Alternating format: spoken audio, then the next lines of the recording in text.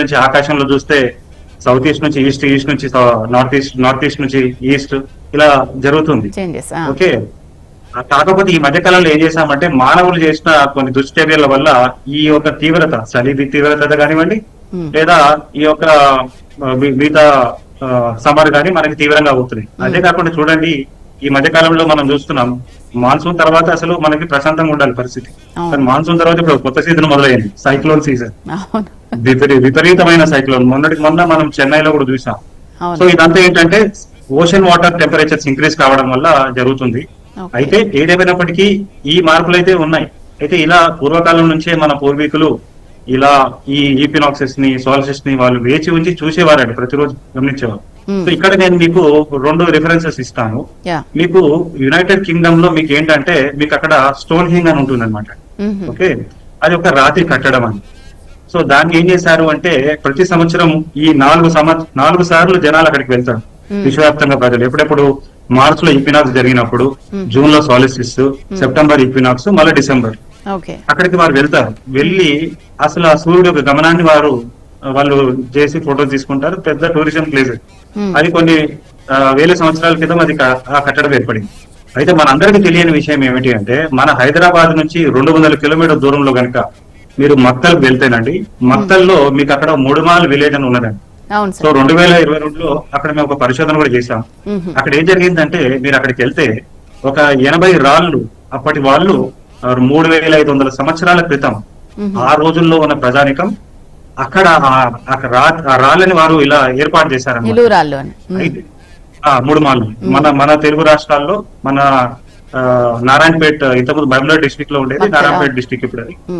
మీరు యాక్చువల్ గా రేపు అని వెళ్ళండి, అక్కడ వెళ్ళండి. అదే విధంగా మార్చ్ లో ఒకసారి వెళ్ళండి. వెళ్ళి మార్చ్ లో లేదా జూన్ లో, మరి సెప్టెంబర్ లో, ఇలా మీరు ఈ 4 సమయంలో వెళ్ళి మీరు ఫోటోగ్రాఫ్ తీసుకుంటే మీకు ఏం కనిపిస్తుంది అంటే ఈ యొక్క సూర్యుడు ఒక గమనాన్ని కనిపిస్తుంది. అయితే మన పూర్వీకులు ఆ రోజుల్లోనే ఈ విషయాన్ని కనుక్కొని, అంటే వారు ఎన్నో సంవత్సరాలుగా, ఎన్నో రోజులుగా ఆ సూర్యుడి గమనాన్ని పరిశోధించి వారు కంక్లూజన్కి వచ్చారు. ఓహో, ఈ ఒక రాళ్ల బేసిస్ తో మనం ఈ సూర్యుడి యొక్క గమనాన్ని ప్రిడిక్ట్ చేయొచ్చు. అదే కాకుండా దాని ప్రకారంగా మనం విత్తనం ఎప్పుడు వేయాలి, ఎప్పుడు దాన్ని కోతుకోవాలి అని తెలుసుకోవచ్చు అనే విషయాన్ని గమనించారంటే ఈ విషయం మేము 2022లో డాక్టర్ పనేష్ బాబు గారి ఒక మా మిత్రుడు, ఆయన ఒక ఆధ్వర్యంలో ఒక రీసెర్చ్ ఆస్పెక్ట్ చేయడం జరిగింది సంవత్సరం పాటు.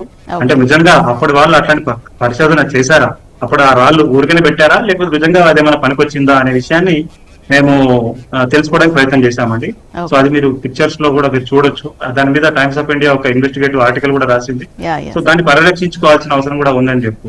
సో మొత్తానికి ఈ ఈక్వినాక్సిస్, సోలిస్టిస్ చాలా ఎసెన్షియల్ అనే విషయమే మనం చెప్పవచ్చు. అంటే ఇప్పుడు డిసెంబర్ లో వచ్చేసి 21 నుంచి 23 వరకు ఎప్పుడైనా రావచ్చు అని చెప్తూ ఉన్నారు కదా. సో ఈసారి వచ్చేసి ఎప్పుడు కనిపిస్తుంది అంటారు ఇలాగా లాంగెస్ట్ నైట్, షార్టెస్ట్ డే? అంటే ఇప్పుడు ఇది మనకి పెద్దగా, అంటే ఇది ఏమవుతుందంటే ఇప్పుడు మీకు tropic of cancer, tropic of capricorn, అంటే మీరు ఒకవేళ ఎర్త్ ఒక గ్లోబ్ మీరు మనం తీసుకున్నట్లయితే, మనం భూమి గ్లోబ్ తీసుకుంటే పోలార్ రీజన్స్ ఉంటాయి, నార్త్ పోలార్ రీజన్స్ ఉంటాయి, సౌత్ పోలార్ రీజన్స్ ఉంటాయి. ఓకే, దాని తర్వాత ఏముంటుంది, ట్రాపిక్ ఆఫ్ క్యాన్సర్ అని ఉంటుంది.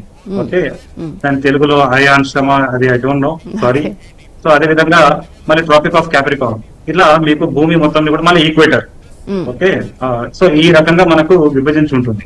సో ఈ రోజు ఏమవుతుంది అంటే ఇది వన్ ఆఫ్ ద ఈ ఒక ట్రాపిక్ ఆఫ్ క్యాన్సర్ ఉన్న పాయింట్ కి హైయెస్ట్ పాయింట్ కి వెళ్తుంది. ఓకే, మన సూర్యుడు.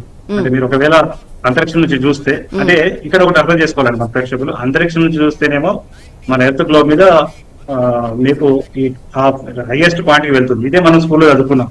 అసలు ఏంటి tropic of capricorn, tropic of cancer అని ఎన్నో రోజులు మనం అనుకున్నాం. సో ఇది ఒక ఎక్స్ప్లెనేషన్. ఇది అంతరిక్షం నుంచి చూస్తే జరిగే పరిస్థితి. మన ప్రేక్షకులు కూడా, మీరు మన ప్రేక్షకులు ఎవరైతే ఈ డిస్కషన్ చూస్తున్నారో వారు ఒక చిన్న ప్రయోగం చేయొచ్చండి. వారంలో ఒక రోజు 5 నిమిషాలు మీరు సమయం ఇవ్వండి సూర్యుడు ఉదయించే సమయంలో. అంటే ఒక ఎగ్జాక్ట్ టైం పెట్టుకోండి, ఒక 8 o'clock. ఓకే, పెట్టుకుని మీరు ఈ డిసెంబర్ నుంచి మార్చ్ వరకు అబ్జర్వ్ చేయండి. ఏం జరుగుతుంది. ఈ డిసెంబర్ లో ప్రస్తుతం అయితే ఇక్కడ సౌత్ ఈస్ట్ లో ఉంది, మెల్లమెల్లగా సూర్యుడు కదులుతా ఉన్నాడు, ఈస్ట్ కు వస్తుంది. ఈ క్రమంలో జరుగుతున్న క్రమంలో ఏమవుతుంది, చలికాలం కాస్త మనకి నార్మల్ టెంపరేచర్స్. మీరు చూడండి, ఈ చలికాలం ఎప్పుడు పోతుంది, ఫిబ్రవరి వస్తే శివరాత్రి వస్తే వెళ్తుంది అనేది ఒక జనరల్ పబ్లిక్ అండర్స్టాండింగ్. శివరాత్రికి శివ శివ అనుకుంటూ చలి వెళ్ళిపోతుంది అంటూ ఉంటారు అనుకుంటూ వెళ్ళిపోతుంది అనేది. సో వాస్తవానికి అక్కడ ఏం జరుగుతుందంటే అది ఆ సూర్యుడు యొక్క గమనం. మనం మన లైఫ్ లో ఎంత బిజీ అయిపోయినామంటే అండి, అసలు సూర్యుడి కాదు కదా చంద్రుడిని కూడా అసలు చూడట్లేదు, చూస్తే ఎదుటివాడి బిల్డింగే కనిపిస్తుంది. అయితే ఇది మొత్తానికి ఈ మన డిస్కషన్ ద్వారా మనం చెప్పేది ఏంటంటే ఇవి చాలా ఎసెన్షియల్. రెండోది, మన స్కూల్లో ఎప్పటి నుంచో మనము ఏం చేస్తున్నాం అంటే పిల్లలు చెప్తాం sun rises in the east and sets in the west అని అంటాం. అది నిజమా? కాదు. ఎందుకంటే ఈ సూర్యుడు సంవత్సరంలో కేవలం 2 రోజుల, అంటే ఒకటి మార్చ్ ఈక్వినాక్స్ ఉన్న రోజున 21 మార్చిన లేదా సెప్టెంబర్ ఇచ్చిన ఆ రోజున మాత్రమే ఎగ్జాక్ట్ గా ఈస్ట్ ఉదయిస్తుంది. Rest of the time east లేదా సౌత్ ఈస్ట్ డైరెక్షన్ మధ్యలో, ఈస్ట్ లేదా నార్త్ ఈస్ట్ డైరెక్షన్ మధ్యలో ఉదయిస్తుంది. ఇది రెండోది. ఈ డిస్కషన్ మాట్లాడుతూ కొంతమంది, ఈ డిస్కషన్ వింటూ కొంతమంది అనొచ్చు, ఎక్కడ సార్ సూర్యుడు కదులుతుంది, మీరు అట్లా మాట్లాడుతున్నారు, ఈ భూమి కదా తిరుగుతుంది. ఎస్, మన భూమి నుంచి చూసినప్పుడు సూర్యుడు కదులుతుంది, మనం ఒక సామాన్య మానవుడికి కదులుతున్నట్టుగానే తెలుస్తుంది కదా. అయితే నిజంగా సూర్యుడు రొటేట్ కాదా? చాలా మంది ఏమనుకుంటారంటే స్థిరంగా ఉందనుకుంటారండి. వాస్తవానికి అది కాదు. మన సూర్యుడు కూడా, మన భూమి తన చుట్టూ తను ఎలా తిరుగుతుందో సూర్యుడు కూడా దాని చుట్టూ అది తిరుగుతుంది, అది రొటేషన్. అదే విధంగా మన సూర్యుడు ఏం చేస్తున్నాడు, తన ఫ్యామిలీ ఆఫ్ ప్లానెట్స్, ఈ 8 గ్రహాలతో ఉన్న ఈ కూటమిని తీసుకొని ఈ సెంటర్ ఆఫ్ ది గెలాక్సీ చుట్టూ తిరుగుతుంది మన సూర్యుడు. అది రివాల్వ్ అవుతుంది. ఏ రకంగా అయితే భూమి సూర్యుడు చుట్టూ తిరుగుతుందో అదే విధంగా సూర్యుడు తన గ్రహాల కూటమితో కలిసి సెంటర్ ఆఫ్ ది గెలాక్సీ చుట్టూ తిరుగుతా ఉన్నదండి.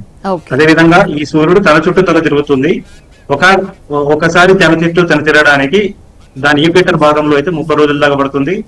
దాని పోలార్ రీజన్స్ లో, అంటే అది కూడా పూర్తిగా ఒకేసారి సూర్యుడు ఒకే టైంలో రొటేషన్ ఉండదండి.